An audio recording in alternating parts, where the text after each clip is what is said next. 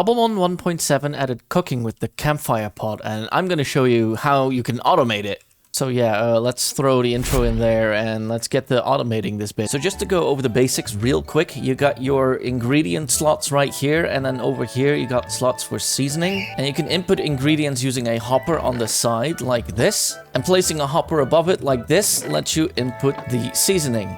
And with that, I've built for you these couple of examples. Starting with the simplest one that uses all different items. So the way this thing works, we use an etho hopper clock to time exactly when items can go from these barrels into the pot. And the reason we do that, let's say we want to cook this simple recipe, right? If you let the items flow in all willy-nilly, eventually you're gonna get something like this and it's gonna break the recipe. Because unfortunately we don't have the luxury of disabling slots like with the autocrafter. So we have to regulate the input ourselves, and we do that this way. We also have these two comparators here reading the barrels. So if any of these two barrels are empty, one of these torches will turn on, which will lock this repeater, preventing any signal from the clock to come through. So the hoppers will stay locked. So now if we put Skulk in one barrel and Honeycomb in another, and we turn this thing on, you can see one set of both items will go in, and exactly when it's done cooking, the next two will pop in. So we're basically never cooking two at once, and that is to prevent the system from overflowing and breaking the recipe. And as you can see, it is working. Now let's move to an example that uses multiple of the same item, and this is where we run into a problem. Because you see, when we put items into the Campfire Pot, it will actually input them all into the first slot until that slot is full. Whereas with something like the Autocrafter, if we do this, it will sort of round robin each slot. And that difference actually makes it pretty tricky to do a recipe like this. But I have a solution, and that is to sort of prime your cooking pot with a full stack -1 in each slot that needs to be filled prior. So now if I input 6 more of these XP candies, it will go 1, 2, 3, 4, 5, and then 6, and that will make the recipe work. Now if you look back here, we have the exact same system going on, just longer to accommodate for more barrels. And all of these barrels have XP candy in them. And the reason why I'm using 6 barrels is so we can detect with each barrel if there really are 6 candies present. Because if there are any less and it starts inputting items here, eventually this thing will break. So let's turn this thing on and look here. It will start inputting these 6 candies. And then when it's done, you'll see it will input 6 more.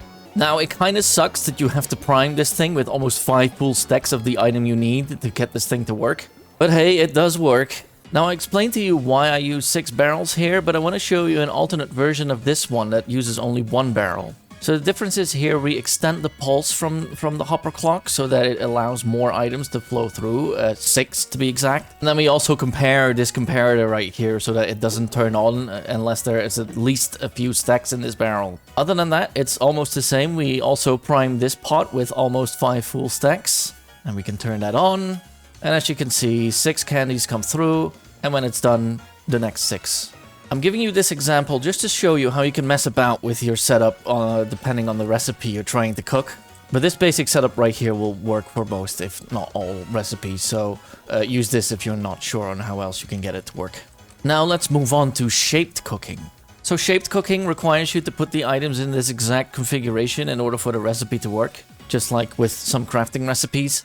And again, if it uses the same item multiple times, you want to be sure to prime each slot with an almost full stack. Other than that, the only difference here is the order in which you input the items. Because the items here will go in from left to right and top to bottom. So the closest barrel will obviously have their items be put in first, and the farthest barrel will have their items put in last. And we can turn this on and see it go to work.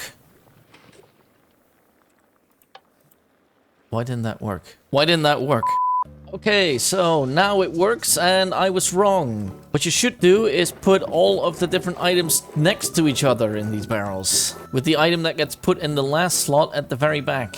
And after some more testing, turns out not even that works, but with this specific configuration, I have managed to get it to work. Oh, and there you go. It's working now. Hoppers, man, don't you just love them? And lastly, I want to show you an example with seasoning. It's pretty much the same, except as I said before, seasoning goes in through the top, and we can see it working right here. And after the cooking finishes, items come back in, and the process continues. So, to summarize, Use this system to regulate your input to prevent the pot from ever overflowing. In case you're using multiple of the same item, make sure to prime it with a nearly full stack so that the next couple items fill in the slots neatly like this. And in the case of shaped cooking, make sure you put the items in the correct order in these input barrels. I don't know what that order is going to be for you, but you know, whatever works, works. I do also want to note the amount of items you put in each of these hopper clocks. It entirely depends on how long it takes to cook the thing and how long it takes for the items to make it into the pot. So you're just gonna have to play around with what works best for your specific recipe. Now, I haven't showed you this yet, but I thought I'd point it out. For a pot to start cooking, you actually have to put the lid on it. And you can actually do this with a redstone signal, which none of my systems use, but it's pretty neat either way. And because I'm in a good mood, I'm gonna end this video off with a quick little build tutorial. I'll even show you the materials right here. Starting with the Etho hopper clock, we're gonna put 2 blocks like this. Comparators facing outwards on each of them. Have them face into a block. And in between those, we'll have 2 hoppers facing each other. Redstone on top of the blocks. 2 sticky pistons facing inwards. And then a redstone block right there. Now I'm gonna build a pretty basic example, so I think we can do with just 15 items in this hopper clock. Let's put a lever there for now so we can stop it. Then we'll have an observer facing one of the hoppers. Put a block there with a repeater on top. Then redstone, another repeater on 2 ticks. We'll have that repeater go into a block, and we'll put a slab next to that. Put redstone on top, and then that redstone is going to go into another block with a redstone torch on top. And continuing on this way, put 2 blocks here with some redstone on top. Now let's put the campfire pot down. We're going to put them down here next to the repeater. And then 2 hoppers facing the pot. And then 2 hoppers on top of those. And then on top of those hoppers is where your barrels will go. Now let's put 2 blocks here so we can compare the barrels. Have those go into 2 other blocks with redstone torches on them. Blocks underneath those with some redstone. And then 1 more block here next to this repeater and a repeater going into it. And then let's also not forget our output. There you go, there's your basic design with 2 input barrels. Don't forget to put the lid on. Alright, put some items into the barrels, so let's see if it works. And there we go, we are cooking revives.